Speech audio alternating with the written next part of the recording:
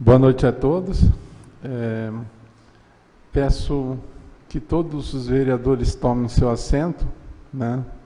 Convidando vocês para tomar o assento da mesa para a gente dar início a mais essa audiência pública.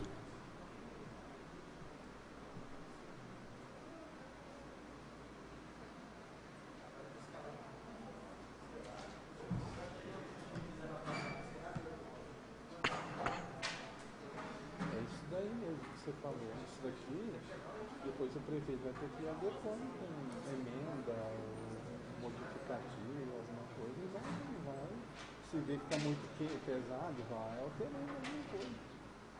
Né? Já fez bastante. Né?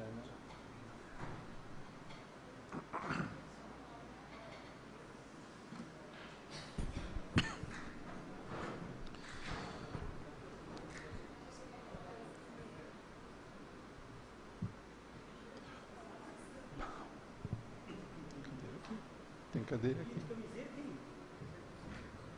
Você vai ficar em mim?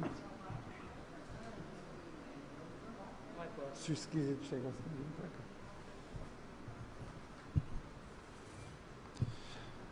Mais uma vez, boa noite a todos. Audiência pública.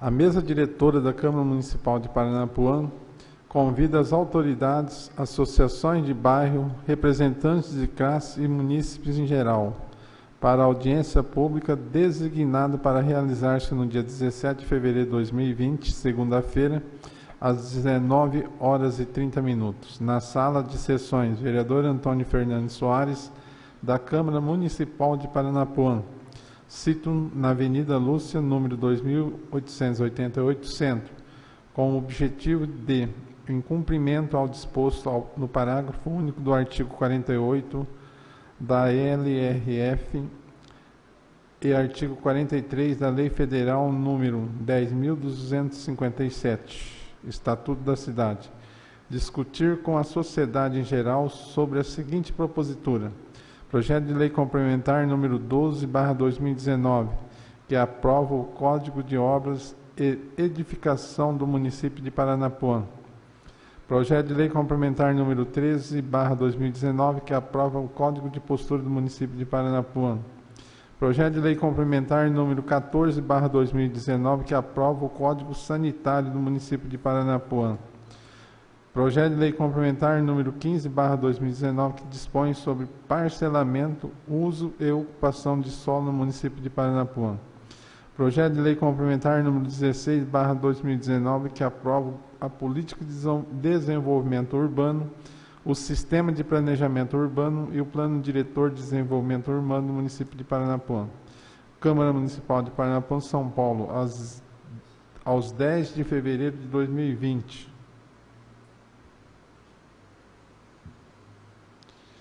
Hélio Kirchmaz, presidente. Sérgio Fernando da Costa, primeiro secretário.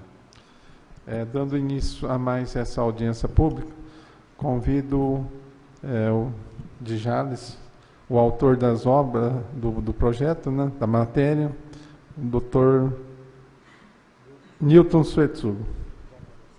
E desde já a gente agradece a sua presença, viu, senhor Newton?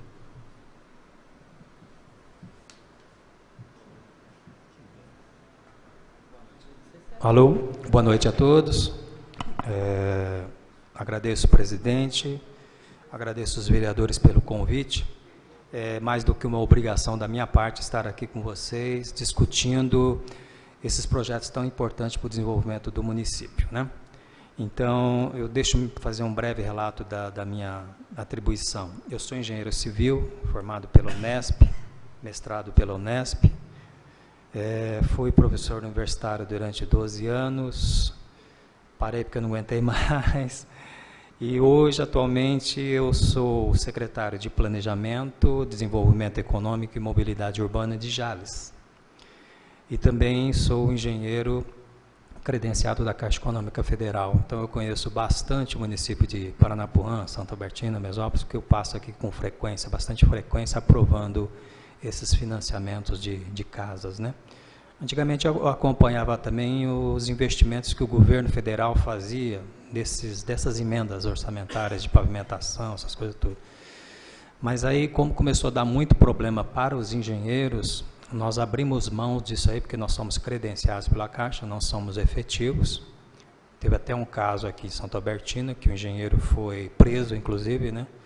Então, muita gente desistiu de fazer esse acompanhamento dessas obras. O único engenheiro que restou, que faz esse setor público, sou eu. Então, eu conheço bastante bem essa região em Paranapuã. Bom, o convite foi feito em função de um contrato que me convidaram, eu participei do processo para a elaboração de alguns documentos relativos ao desenvolvimento do município. Consta desses projetos que eu elaborei, encaminhei para a Prefeitura e a Prefeitura encaminhou para a Câmara, 5 projetos, né? O projeto do Código de Obras, Código de Postura, Sanitário, Parcelamento de Solo e do Plano Diretor. Eu conversando com o presidente, relatando que essa elaboração partiu de um termo de ajustamento de conduta do Ministério Público, né, estadual, através do Dr. Eduardo Chintani. Eu praticamente não saio do Ministério Público, toda semana eu estou lá. Então, eu sou freguês de carteirinha do Dr. Eduardo. E, na realidade, a exigência dessas legislações, pela lei federal, é pertinente somente a municípios acima de 20 mil habitantes. Então, desobriga pela lei federal os municípios com menos de 20 mil, que é o caso de Paranapuã, a fazer esses documentos. Só que o promotor não entende assim, né? E eu também, particularmente, não entendo assim. Evidentemente que a gente tem o interesse, porque eu tenho informação específica para isso, e quando convocado eu tenho ajudado bastante os municípios da nossa região. Eu não entendo que seja assim, por quê? O grande problema que o doutor Eduardo apontou foi de aprovação de novos loteamentos. E eu vou me reportar a Jales, porque eu tenho experiência nisso. Jales tem aproximadamente quase 40 novos loteamentos em aprovação. Dá mais ou menos 8 mil lotes. Eu não sei onde nós vamos arrumar tanta gente assim, mas sempre tem uma venda muito boa de lotes, né? Se Jales tem 50 mil habitantes, nós temos em torno de 25 mil casas, quer dizer, tem gente que tem interesse em comprar o terreno e construir sua casa, mas é muito, né? E antes da gente fazer a atualização do plano diretor em 2019, no qual eu comecei a elaborar o plano diretor em 2016, nem estava na prefeitura, aconteceram vários problemas, né? E eu cito um deles, que vocês devem conhecer, aqui na saída de Paranapuã, onde foi feito o empreendimento ali do Maria Gabriela, Vila Mariana, Nova Jales 1, Nova Jales 2, Jardim Alvorada, Monte Líbano, e foi assim, foi explodindo de loteamentos, né? Só que eles não se atentaram ao fato que eles estavam jogando essas águas no córrego Jales, que desencadeia ali no Ribeirão Lagoa. O que aconteceu? Houve um processo de erosão, que eu fui visitar a erosão lá, tem uma erosão de mais ou menos dentro da área urbana, de 50 metros de largura, meio quarteirão, 30 metros de altura por 1.500 metros de comprimento. O que aconteceu? Termo de ajustamento de conduta, obrigação do município resolveu o problema. É problema do município? Sim, por falta de fiscalização, né? Mas quem ocasionou isso foram os loteadores. Por que ocasionou isso? Pela falta de amparo de lei. Então, se a gente não tem o mínimo de lei, vocês têm 3 loteamentos tramitando por aqui. E se vocês não se atentam pelo fato de exigir o mínimo, o empreendedor, o loteador, quem quer que seja que esteja investindo, ele quer ter lucro. Para ele ter lucro, ele quer fazer as coisas baratas, para vender caro. Isso não pode ocorrer. Ele tem que vender num preço justo e fazer os investimentos mínimos que forem necessários para ele oferecer garantia a quem compra um terreno ali. Praticamente a pessoa compra um terreno só na sua vida, né? Leva lá 10, 15 anos para poder pagar, então ele tem direito de receber um produto bom, assim como garante a lei do consumidor, né? Então, em função disso, e basicamente isso, o promotor ficou muito preocupado com essas ações desses municípios pequenos que não dispunham de um amparo legal, de uma lei, para evitar que esses problemas surgissem, né? E aí ele pegou e fez o termo de ajustamento de conduta na comarca inteira, né? E eu acabei sendo acionado para poder ajudar.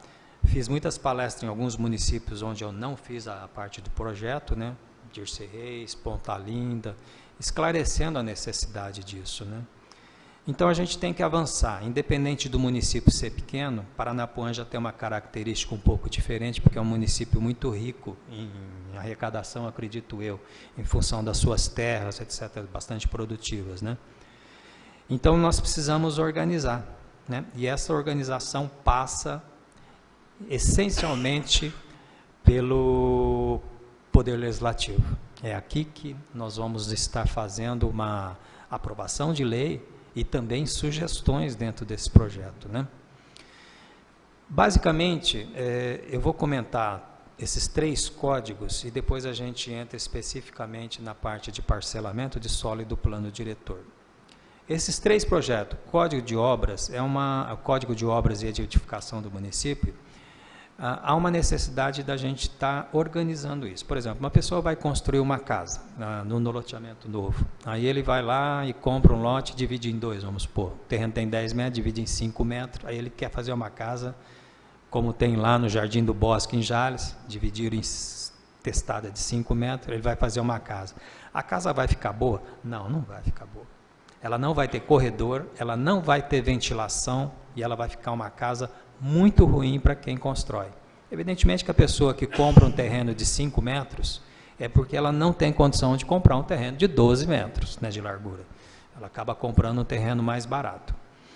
E aí, em função dessas coisas que acontecem, tem que existir uma regra básica para exigir que o quarto tenha medidas mínimas, o banheiro tenha medidas mínimas, tenha ventilação, quando o sol nasce tenha insolação, né? Que ofereça condições sanitárias adequadas para quem constrói uma casa, a única casa na sua vida, né? Então, esse código de obras é especificamente para que a prefeitura exija dos engenheiros que fazem projeto alguma coisa com muita qualidade, né? Aprovação de projeto, calçada, plantio de árvores, área permeável, por exemplo. Dentro do projeto existe uma exigência que há uma necessidade de deixar dentro do terreno uma área sem impermeabilizar, sem fazer piso, sem fazer qualquer tipo de impermeabilização. Por que isso? Quando você faz uma construção, lá em Votuporanga eles exigem 10% da área do terreno impermeável. Aí você vai em cada casa de Votuporanga, a lei é cumprida, a fiscalização é feita. Se de repente, na hora do habite-se, né, que você faz a construção, você aprova o projeto e depois você recebe o habite-se, o engenheiro da prefeitura tem que ir lá no lote, ver se construiu, e se ele chegar no lote não tiver 10% de área permeável, que seja grama, que seja terra, não aprova o projeto. Mas por que isso? Por que tem que deixar uma área permeável? Justamente para evitar problemas de alagamento, enchentes e erosões nos córregos, né? Quando você deixa uma área permeável, a hora que chove, se você não tem essa área permeável, essa água bate e corre superficialmente para a rua, vai para a galeria, vai para o córrego, arrebenta o córrego. Então, se cada terreno existente na cidade tiver 10% de área permeável, vai ajudar muito na galeria de águas pluviais que vai captar essas chuvas. Então, todas essas questões do Código de Obras de Edificação está atrelado à aprovação de projeto na prefeitura, né, com umas regras básicas, fundamentais para que, quando a pessoa for construir, ela tenha consciência que tem lei e tem que ser exigido. Mas não somente o cumprimento dessas leis.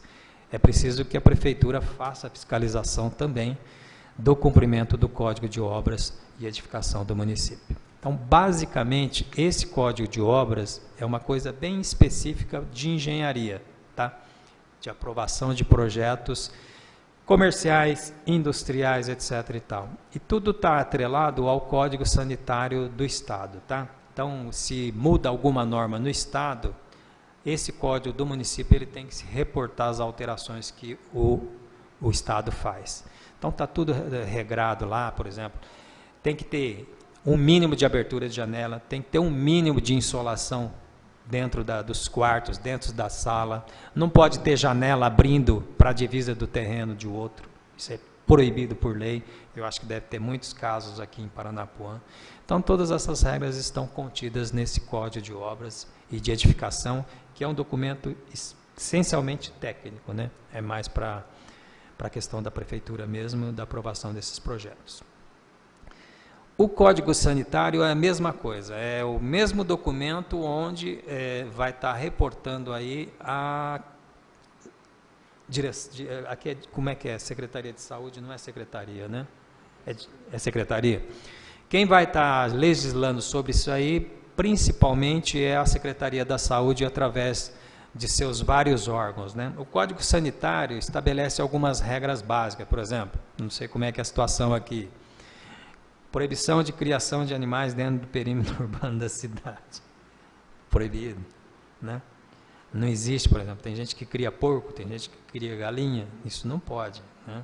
Isso fere o Código Sanitário do Estado e, consequentemente, o Código Sanitário do município vai estabelecer algumas regras. Vai doer? Vai doer. Mas isso é uma forma de preservar. Eu estava lá em casa à noite e o doutor Eduardo, que aposentou, juiz que aposentou, Eduardo Nogueira, me ligou. Niltinho, eu não aguento mais, ele mora na rua 24, eu não aguento mais essa galinha cantando às 5 horas da manhã. Tem lei para isso? Eu falei, tem lei. Faça cumprir. Falei, imediatamente, doutor. De manhã estava lá a vigilância sanitária para proibir a mulher, já tinha proibido várias vezes, né? Então, tem gente que cria cavalo, vaca, né? Porco, nem pensar, né? Porco, uma série de situações, né, que podem trazer danos à saúde, né? Então, tem que restringir, existe tudo estabelecido no Código Sanitário, que vai estabelecer regras, né? E assim, é ruim para o prefeito? É. É ruim para os vereadores? É. É bom para o município? Muito. É bom para a população? Muito. Eles vão agradecer vocês, não agora, mas lá na frente, daqui 1, 2 anos, porque vai ter o reflexo dessas regras básicas, muito obrigado, dessas regras básicas que tem que ser colocada, né?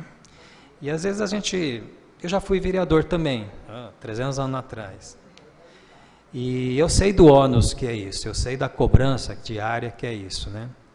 Mas eu fui o responsável pela aprovação do primeiro plano diretor de Jales, né? Até marquei uma reunião na FACIP, fiz uma audiência pública na FACIP, quando era a festa de 15 dias lá. Então, davam milhares de pessoas. Sabe quantas pessoas foram no box lá do plano diretor? 2, durante 15 dias. Então, a população não participa. Mas ela só vai sentir isso quando lá na frente ela não tiver alagamento, ela não tiver uma galinha cantando do lado da casa dela, entendeu? É essa a situação. Então, essa garantia ela tem que ser preservada para a população.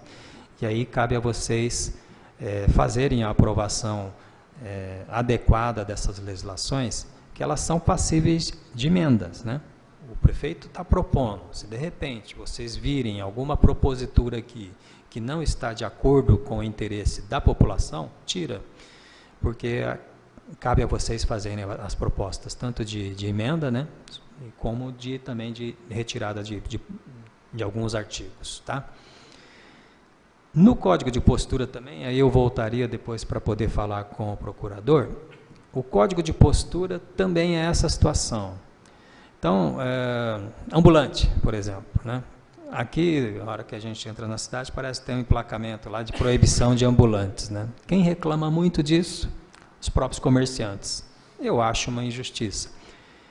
Lá em Jales, eu estabeleci a atividade delegada com a Polícia Militar, né? Eu não optei pela polícia municipal, né, pela guarda municipal, mas eu optei em usar a polícia militar no seu horário de vaga para poder fazer a atividade delegada que faz a fiscalização na lei do Código de Postura do município.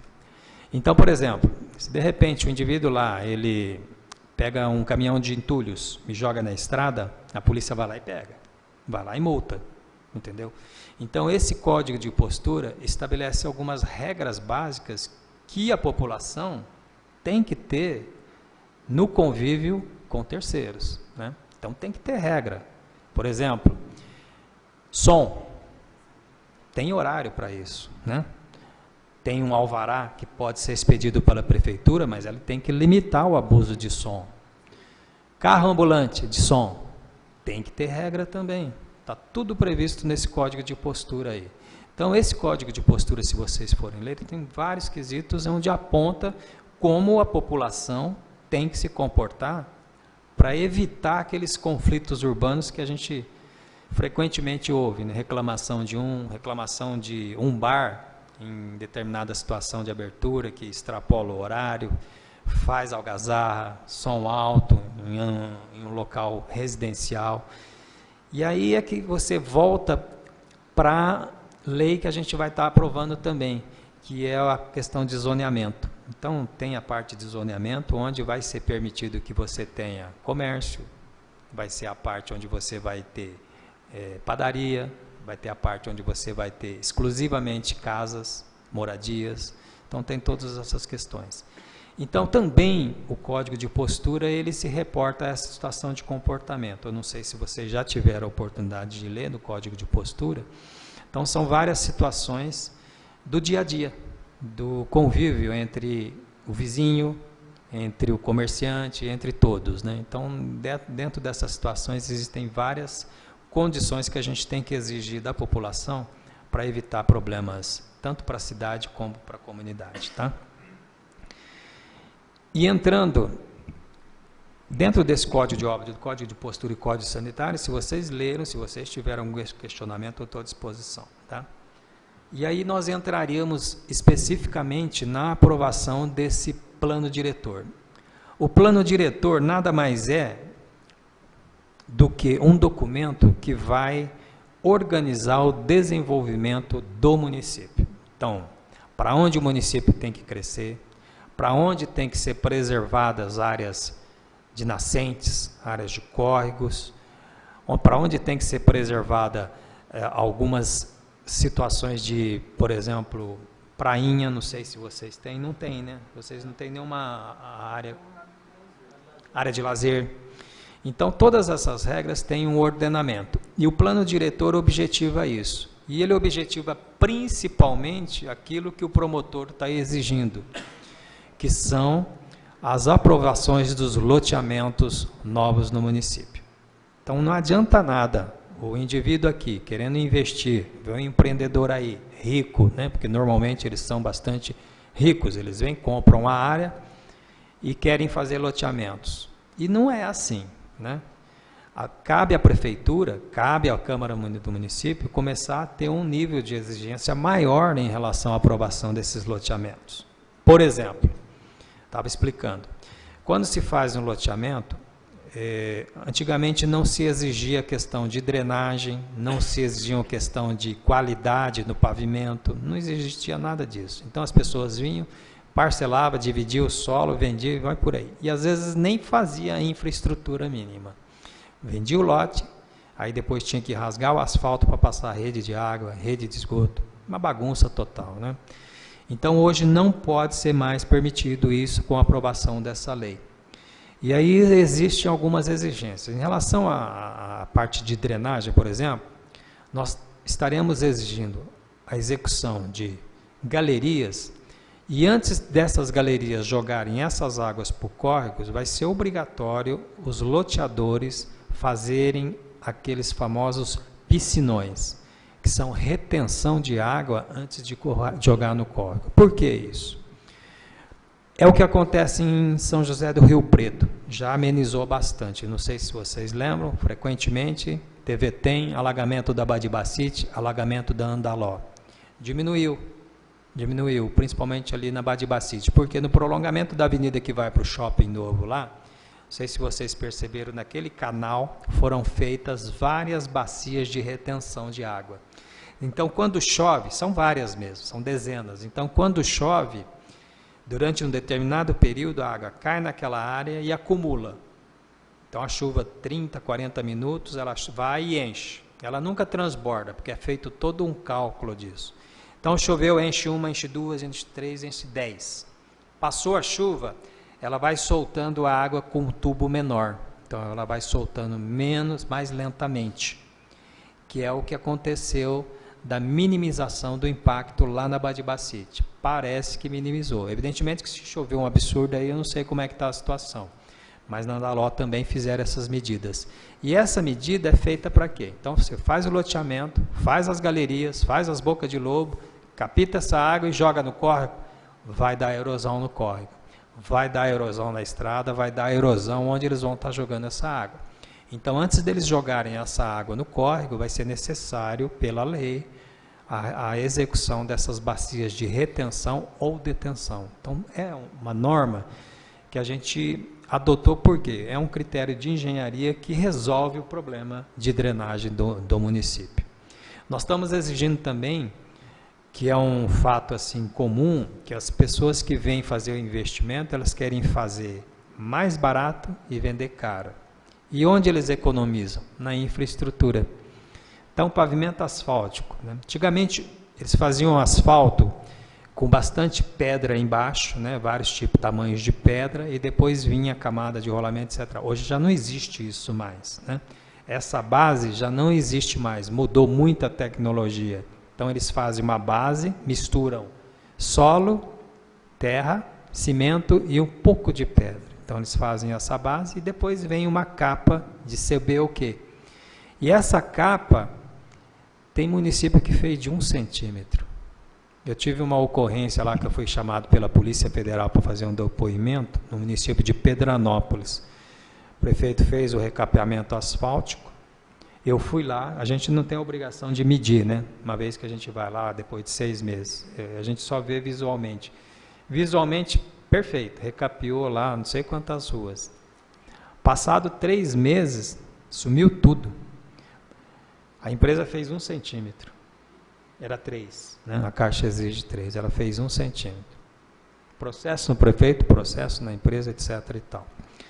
E aqui a gente está exigindo no mínimo 3 para as vias locais, por exemplo, se você tem um bairro onde você vai para a sua casa, a via local 3 centímetros, e vias de maior tráfego, que tenha caminhão, 4 centímetros. Isso vai dar uma garantia e uma vida útil no pavimento de um bom tempo. Só que esse pavimento ele só vai manter a qualidade se tiver a galeria, tiver boca de lobo, tiver guias, sarjetas bem feitas, né? Tudo previsto dentro dessa lei. Então, é uma forma da gente assegurar. E o promotor bate muito na tecla da aprovação do plano diretor, principalmente porque ele está tendo muita reclamação de pessoas que compram o lote e não recebem a infraestrutura mínima que deveria ter. Então, o promotor bate muito nessa situação. E o plano diretor ele também estabelece, como o município é muito pequeno, então fica mais fácil de organizar. Eu acho que vocês têm muitos problemas, por exemplo, em conflito, quando você tem uma casa e do lado tem um boteco. Quando você tem uma casa e de repente você tem um mercado. Quando você tem uma casa e você tem um posto de gasolina. Né? Então, são todas essas situações que acabam criando conflitos urbanos. Né? Situações consolidadas, ou seja, situação onde já existe o posto, já existe a casa, não tem o que fazer, né? Porque já é uma situação que foi aprovada anteriormente, não tem como voltar, são situações consolidadas. Mas a gente pode prever dentro do plano diretor, fazer a previsão e a organização de determinadas regiões do município ser exclusivamente residencial, pode ser misto, com um pouco de comércio, padaria, talvez até um bar sem atividades noturnas, sabe? Para poder ter um atendimento direto com...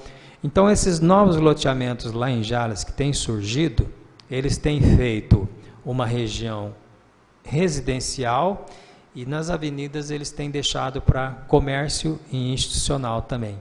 Por exemplo, igrejas, né, que não vai afetar tanto se for feita uma igreja dentro de uma área residencial. Há uma reclamação, né, por causa dos cultos, etc. e tal. Então, há uma necessidade.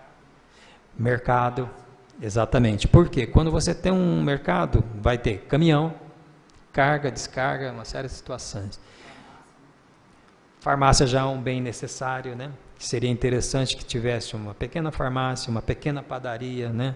Um pequeno mercadinho em determinados bairros residenciais. Mas você não pode aprovar um posto de gasolina num conjunto habitacional, né? Isso já é um absurdo. Mas se você não tem lei, como é que você vai proibir, né? Então a política desse plano é essa, de tentar fazer a organização a partir de agora, para poder fazer essa ordenação. E aí tem outros critérios, por exemplo, a gente apanhou um pouco em Jales, mas a gente apanha de quem é prejudicado, não, de quem tem culpa no cartório, mas aí a população entende isso. Calçadas. Lá a gente começou a exigir que todo dono de lote fizesse as calçadas com as muretas, né? O prefeito quase apanhou. Aí ele apanha e vinha por cima de mim, né? Por que você fez isso? Porque fez aquilo. Eu fiz porque tinha que fazer. Senão a gente vai para a ação civil pública também, né? Mas não é basicamente isso. E hoje, em muitos bairros lá em Jales, foram feitas essas calçadas. A cidade ficou mais bonita, ela ficou mais acessível, né? Porque quando você faz a calçada, todo mundo consegue andar na calçada. E às vezes a gente não consegue andar onde devia andar, tem que andar na rua, né? Então organizou. Essa é uma medida ruim politicamente? É ruim. Mas lá na frente, para a população, para a comunidade, para todo mundo, ela é muito saudável, né? Porque tem que ser, tem que organizar. Então, senão você vai crescendo, o município vai crescendo com aqueles problemas pequenos, que se avolumam, né? E depois, lá na frente, se você não tiver uma legislação eficaz, eficiente, sujeito a mudanças, o município vai ficar sempre pequeno, né?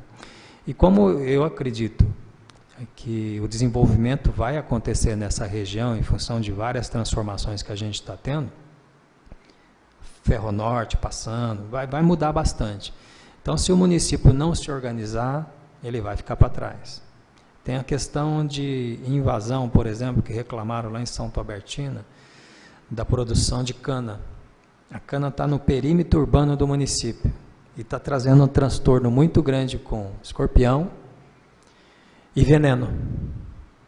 Então tem que ter regra para isso, tem que ter uma distância para isso.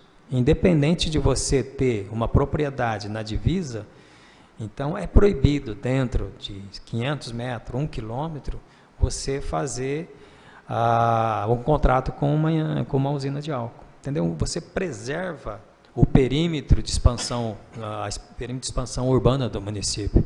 Isso é importante fazer também. Então nós temos que nos resguardar disso, porque a gente vive na cidade, né? A gente não vive lá na agricultura, a gente vive na cidade, principalmente agora com essa transformação de áreas extensas de canaviais, né? Aqui já é um pouco diferente talvez, porque nós temos bastante áreas frutíferas, de legumes, né? Essas coisas todas, né? Mas chegou, né? Chegou, então. E esse é um agravante que houve uma reclamação da população lá de São Albertina.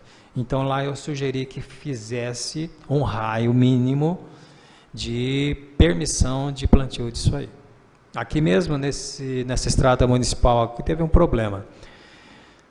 Parece que a empresa arrendou a área e fez o plantio, não fez curva de nível, não fez caixas de captação, alagou tudo ali, né? Não foi? Imediatamente eu agi, falei, não é assim não. Notifica a usina e pede para eles fazerem as curvas, pedem para eles fazerem as caixas, porque é obrigação deles. Não é porque eles têm o arrendamento da área lá, eles podem derrubar a cerca e fazer o que quer na estrada municipal. De jeito nenhum. Aí eles foram com o maquinário no dia seguinte E agora eles vão fazer um terraceamento mais adequado dessas propriedades. Eles não fazem, joga tudo na estrada e vão por aí, e vai produzindo, né? E não é bem isso, porque na realidade eles aproveitam a própria estrada para transportar o produto, eu não sei por que eles fazem isso, né? Então todas essas regras estão implementadas dentro desse plano diretor, tá? E especificamente existe esse projeto de lei complementar sobre parcelamento, uso e ocupação de solo no município de Paranapuã, que prevê essas regras básicas para novos loteamentos que vão ser implantados em Paranapuã. Se lá em Jales tem 40, aqui vai chegar também, né? Isso desencadeou assim um número muito grande de novos loteamentos. Por quê? Na medida, eu lembro muito bem disso, quando o governo do PT implantou o Minha Casa Minha Vida, né? Então, Minha Casa Minha Vida acelerou muito a construção civil no país, né? Então, eles hoje está em determinado valor, para que o município de Paranapuã, 115 mil, né? Então, você tem o subsídio para poder comprar o terreno e construir. Aí o que aconteceu? Muitas empresas vieram para cá para construir, mas não tinham lotes para construir. Aí eles viram um filão bom. O que é? Fazer loteamento. Então, eles fazem o loteamento, ganham no lote, ganham na construção. Então, houve um boom muito grande do número de loteamentos em aprovação e aprovados recentemente nesses últimos 10, 12 anos, né? Jales é o exemplo disso, de 40 loteamentos novos, aqui, se não me engano, tem 3.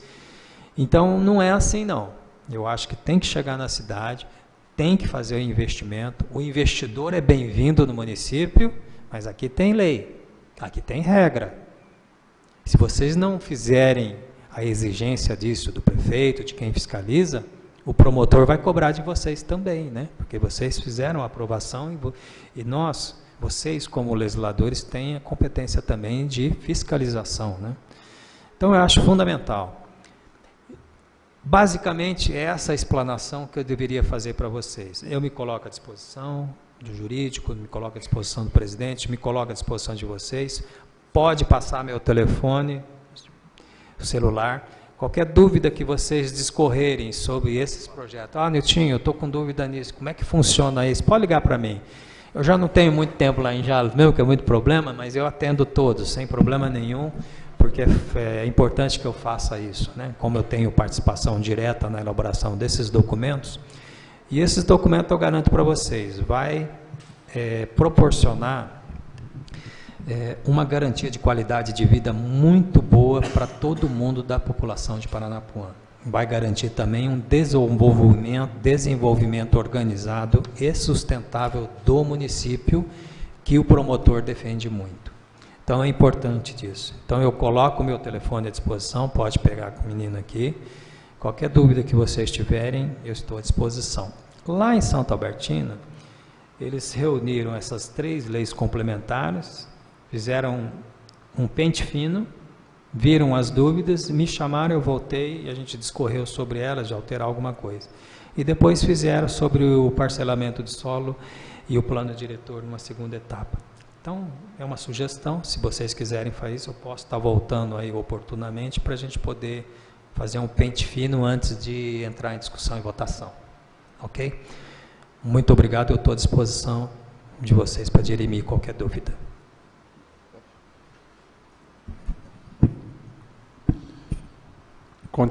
Continua a audiência pública, com a palavra o nosso jurídico da Câmara.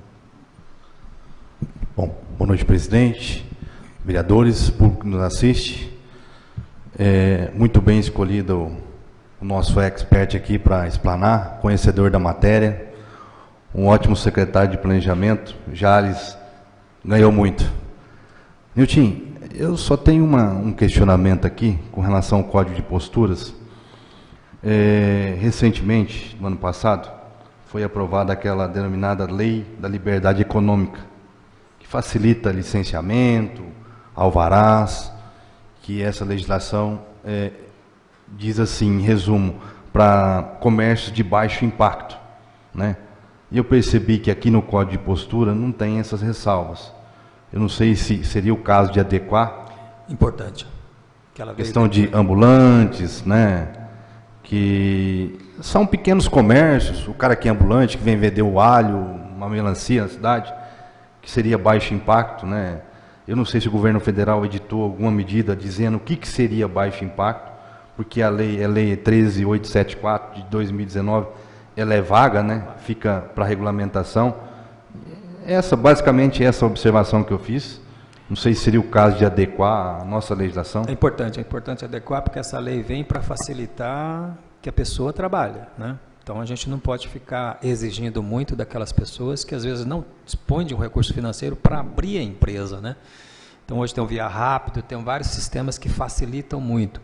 E algumas alterações são importantes, principalmente essa para poder atender a lei e para poder facilitar a vida de quem tem dificuldade para poder legalizar o trabalho, né? Então é fundamental, pode ser feito sim.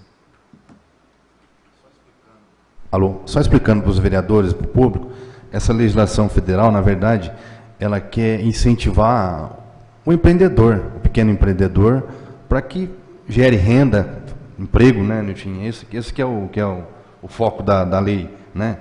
E o nosso código de postura aqui, eu estou vendo que ele não faz ressalva nenhuma.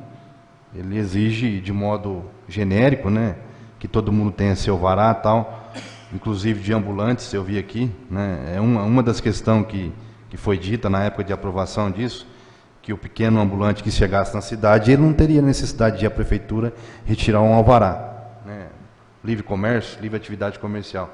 Então não sei se seria o caso da sugestão sua, depois da gente se reunir e tentar fazer alguma alteração nesse sentido, até para não chocar com a legislação federal, né, que pelo princípio da hierarquia prevalece a lei maior.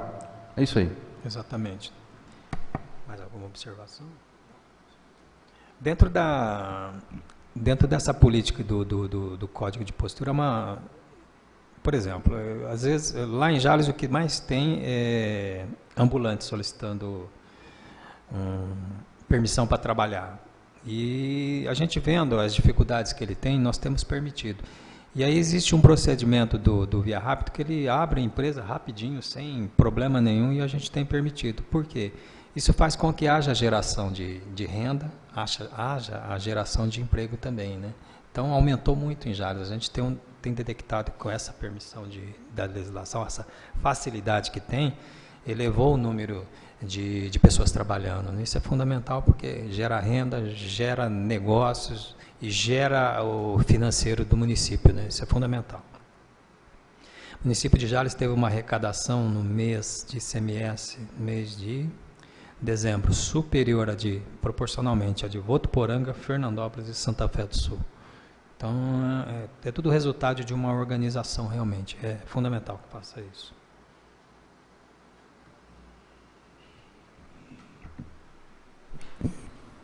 Continuem aberto os questionários. Deixa eu ver se tem alguma importante aqui do plano diretor, só para poder comentar.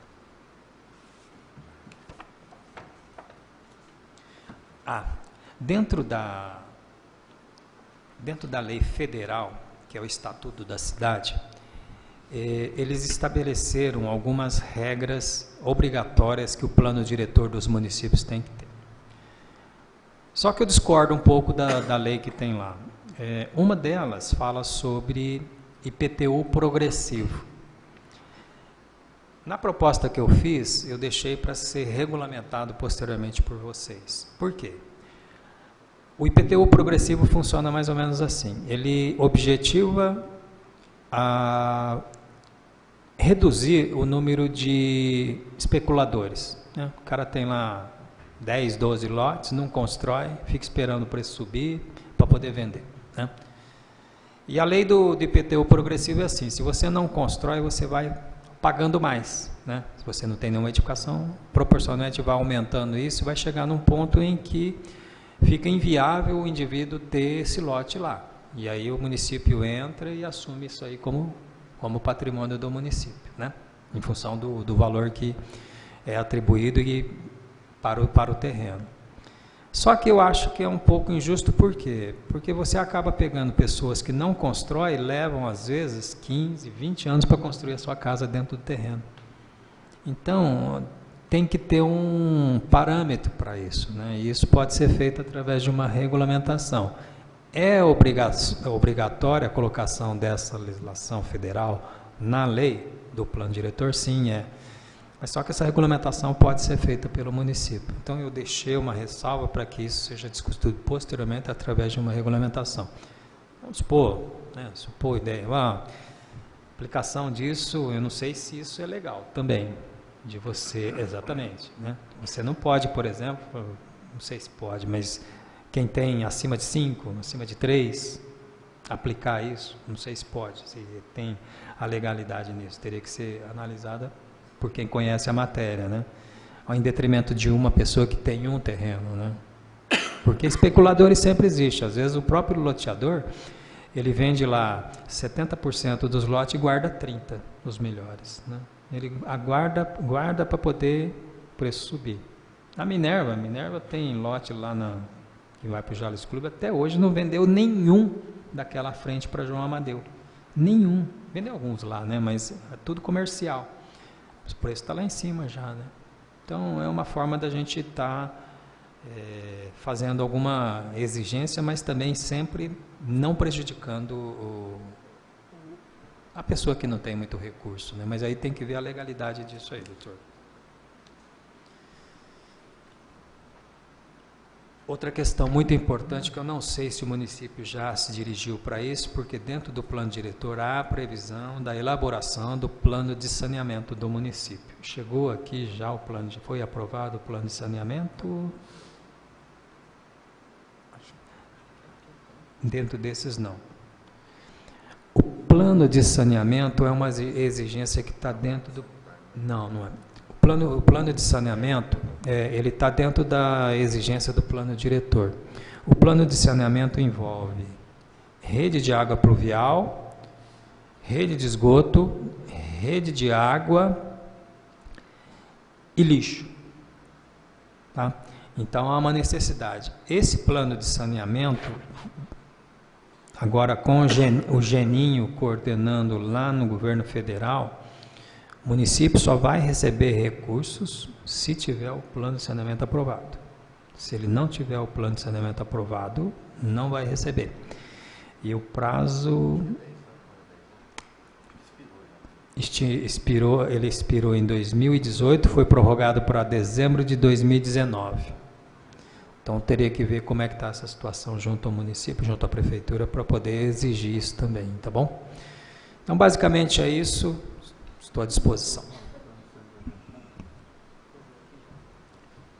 Aqui foi aprovado esse plano de saneamento. Graças a Deus. Esse mandato foi aprovado.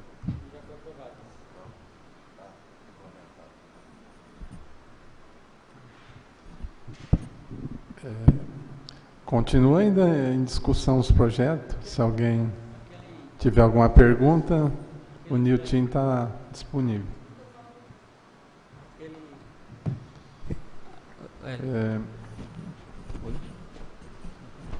Com a palavra o vereador Lorivaldo Silveira. Nilton, aquela parte lá dos negócio dos entulhos lá, e fala sobre caçamba aí, né? Fala, e eu não sei como é que funciona aqui, eu não sei se tem empresas já, não tem, né? Não. Existe uma regra, nessa área de resíduos eu conheço bastante, que eu já acabei fazendo bastante projeto, e a gente fez. Lá em Jales, por exemplo, nós terceirizamos o serviço de tratamento de construção civil. Então, tem uma empresa que recebe os entulhos das empresas que tem caçamba, né? É cobrado um valor por isso, eles pagam, e eles fazem todo o tratamento. Então lá, por exemplo, chega concreto, chega telha, chega madeira, eles separam tudo, passa por uma moagem, eles fazem agregado fino, agregado médio, faz tudo, né? Os galhos são todos recolhidos lá também, eles passam por um triturador imenso e faz forração. Exatamente, é uma usina.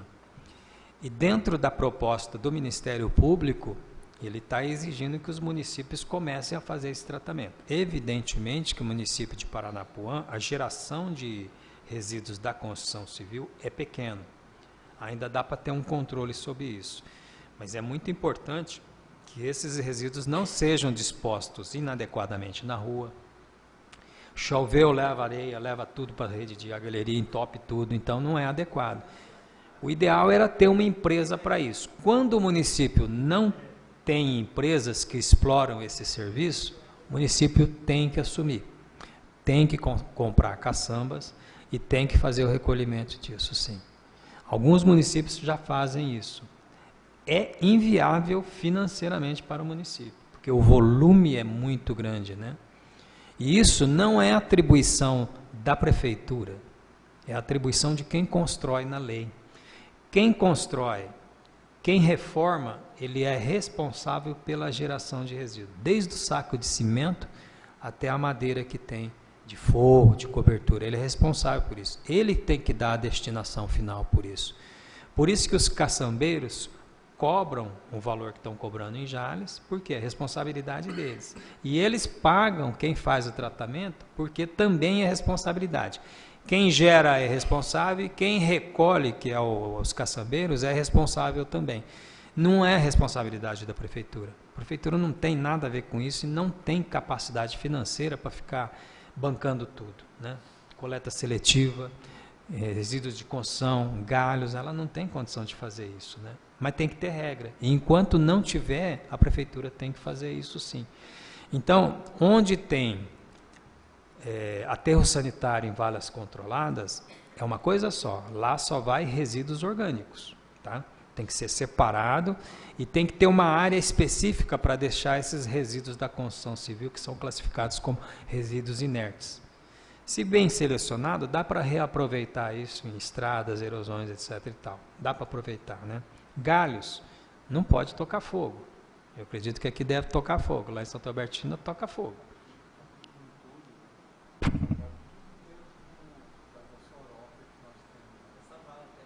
Infelizmente, assim, você não tem controle. Às vezes, dentro desse material de entulho, tem resíduo orgânico, animal morto, tem tudo, né? E se, de repente, a Polícia Ambiental, qualquer for o Ministério Público pegar, a multa é grande, né? Tem todas essas punições graves que tem do meio ambiente, né?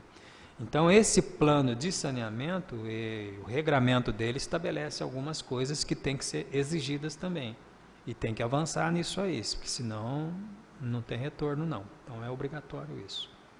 Deve estar tudo previsto dentro desse plano de saneamento que foi aprovado por vocês. E tem a exigência no plano diretor, a elaboração desse plano de saneamento.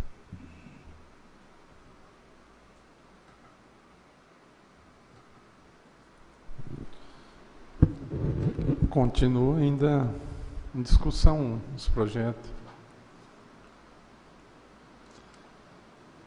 Bom, não havendo mais questionamento, o Nilton, a mesa diretora, nós, agora no começo do ano, nós ficamos muito, assim, preocupados com esses projetos aqui.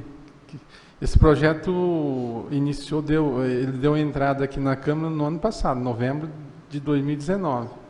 E por motivo de outros projetos, nós tivemos também uma sessão aqui, onde foi feita uma CI do prefeito e tal. Não teve tempo da gente colocar em votação, porque é muito extenso. Aí, como é um TAC assinado pelo prefeito, junto ao Ministério Público, nós, da mesa, nós também viramos freguês lá.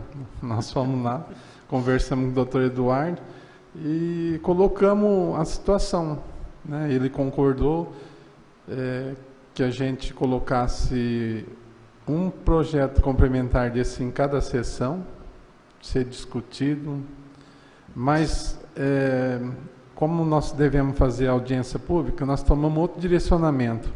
Nós fizemos uma sessão extraordinária, fizemos a leitura de todos os projetos complementares, convocamos essa audiência pública e em breve nós vamos colocar em votação, né? Então é muito importante a sua vinda aqui para essa explanação das leis complementares.